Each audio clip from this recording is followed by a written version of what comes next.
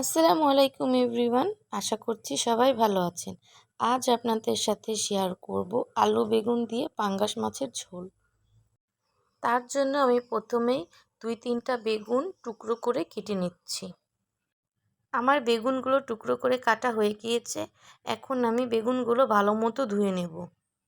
বেগুনগুলো ধোয়া শেষ হয়ে গিয়েছে। এবার বেগুনগুলো একটা পরিষ্কার প্লেটে উঠিয়ে নিচ্ছি।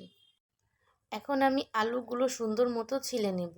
আমার আলুগুলো ছিলা হয়ে গিয়েছে। এবার আমি আলুগুলো টুকরো করে কেটে নেব।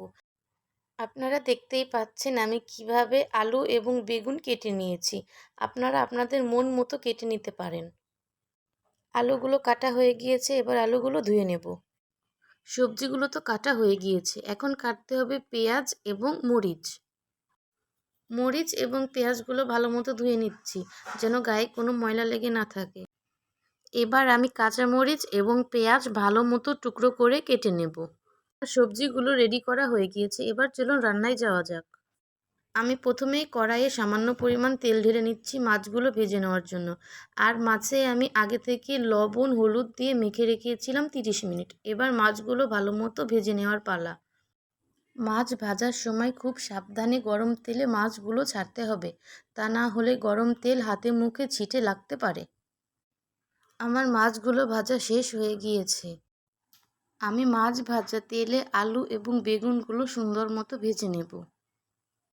মাছ তরকারিতে এইভাবে আলু এবং বেগুনগুলো সুন্দর মতো ভেজে নিলে তরকারিটা খেতে অনেক সুস্বাদু লাগে। এগুলো ভাজার সময় আমি সামান্য একটু হলুদ এবং সামান্য একটু লবণ অ্যাড করেছিলাম। আমার আলু ও বেগুনগুলো সুন্দর মতো ভাজা হয়ে গিয়েছে। এবার এগুলো চুলা থেকে নামিয়ে নেওয়ার পালা। এবার আমি গরম তেলে একটা তেজপাতা দিয়ে দিচ্ছি। এবার এখানে মিডিয়াম সাইজের 2টো পেঁয়াজ এবং 6-7টা কাঁচামরিচ অ্যাড করে নিচ্ছি।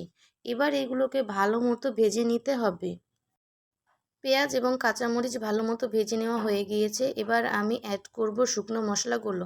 প্রথমেই দিয়ে নিচ্ছি 1 চামচ লবণ এবং 1 চামচ পরিমাণ হলুদ গুঁড়ো, সাথে আরও দিচ্ছি 1 চামচ পরিমাণ শুকনো মরিচ গুঁড়া। আমি এখানে শুকনো মরিচ গুঁড়াটা অ্যাড করছি শুধুমাত্র কালারের জন্য। এখন আরও দিয়ে দিচ্ছি 1 চামচ পরিমাণ জিরা গুঁড়ো। মশলাটা কষিয়ে নেওয়ার জন্য দিয়ে দিচ্ছি সামান্য পরিমাণ নর্মাল পানি। এবার এই সব কিছুকে খুব ভালোভাবে একটু কষিয়ে নেব, তেলটা উপরে উঠে আসা পর্যন্ত। মশলা থেকে তেলটা উপরে উঠে এসেছে। এবার আমি আগে থেকে ভেজে রাখা আলু এবং বেগুনগুলো অ্যাড করে দেব। আমি মিডিয়াম আঁচে আলু এবং বেগুনকে 2 মিনিট ঢেকে রেখেছিলাম। এবার আমি পরিমাণ মতো ঝোলের পানি অ্যাড করে দেব। আপনারা চাইলে কম বেশি ঝোলের পানি অ্যাড করে নিতে পারেন। এখন আমি পানিটার বলক আসা পর্যন্ত অপেক্ষা করব। 5 মিনিট অপেক্ষা করার পর আমার ঝোলের পানিটার বলক এসে গিয়েছে।